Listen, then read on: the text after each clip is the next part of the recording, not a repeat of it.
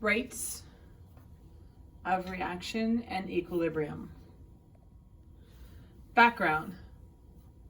In an exothermic reaction, heat is released, which causes the temperature of the surroundings to increase.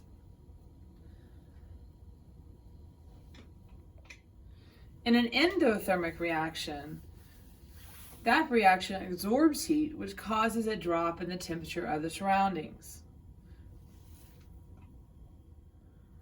Heat can be written as a product in an equation for an exothermic reaction and as a reactant in an equation for an endothermic reaction. Energy is required to break apart bonds and is released when bonds form. If energy is released by forming bonds, the reaction is exothermic. If energy is required to break apart bonds, the reaction is endothermic. In our cells, the bonds and carbohydrates are broken down to give us energy. Reactions that build molecules and repair cells are endothermic because they require energy. Rates of reaction. The rate or speed at which a reaction occurs depends on the amounts of reactants, the temperature, and the presence of a catalyst. In regards to the amount of reactants, if some reactant is removed, the rate at which the product forms is slowed. For instance, in regards to oxygen combining with hemoglobin, one sees that at higher altitudes, the ability of hemoglobin to pick up oxygen is slowed due to lower amounts of oxygen available. This results in less oxygen reaching the cells in the body and especially the brain. A lowered level of oxygen in the brain may result in mental confusion, hallucinations, and poor decisions, which has led to disastrous results for people who have tried to climb Mount Everest and other high mountains without adequate sources of oxygen. Temperature. In general, the rate of reaction doubles for a 10-degree increase. When we heat food to make it cook faster, when we have a fever, our metabolic reactions, including our rate of breathing and our pulse, go faster. In cardiac surgery, the body temperature is lowered to slow down the metabolic reactions and the amount of oxygen required by the brain. In a chemical reaction, collisions between the reactants can lead to the formation of products.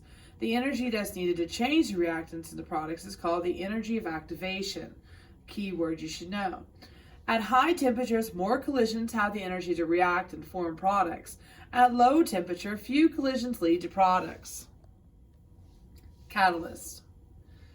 A typical catalyst increases the rate of reaction without becoming a part of the product. Enzymes are biological catalysts that make components in our cells react at the rates required for cellular survival.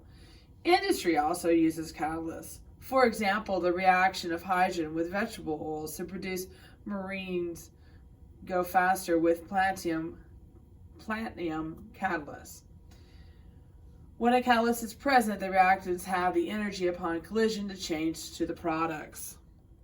Reversible reactions. When a reaction begins, reactants are converted to products. That means that the number of products, atoms, or molecules will increase and collisions will occur between the products. In some of the product collisions, bonds are formed and reactant particles are reformed. Thus, most reactions proceed in two directions: forward, reactants to products, and reverse, products back to reactants. In the case, the reaction is called reversible. Eventually, the rate of the forward reaction becomes equal to the rate of the reverse reaction. There is no further change in the amounts of reactants and products, and the system is at equilibrium. Some reversible reactions reach equilibrium quickly, but others may take a very long time. However, in any equilibrium, all the reactants and products are present. For example, the reaction of ammonia and water produces ammonium ion and hydroxide ion.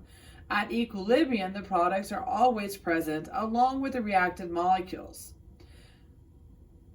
After this reversible reaction has reached equilibrium, any changes in the amount of one of the reactants or products will create a stress. An increase in the amount of a reactant will favor the forward reaction. If the product is added to the reverse reaction, then it will be favored. In a similar way, removal of the reactants will shift the equilibrium in the reverse direction. Removing a product will favor the forward reaction. Another example of a reversible reaction is iron 3 thiocyanate. In this reaction, the yellow Fe plus 3 ion and the colorless SCN thiocyanate ion are in equilibrium with a deep red complex ion FeSCN positive 2. More SCN negative will form FeSCN2. When the system contains mostly reactants, the solution is yellow. When the system shifts to products, the color changes to a deep red of the FeSCN2. When the system shifts to products, the color changes to a deep red.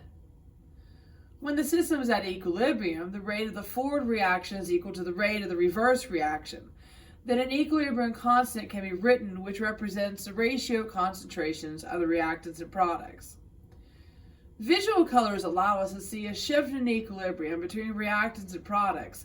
If we add more iron and thiocyanate, the equilibrium shifts between reactants and products, which is red. If we add more substances that removes iron or thiocyanate, the equilibrium shifts back to the reactants. We will see the formation of the yellow color of the iron 3 ion.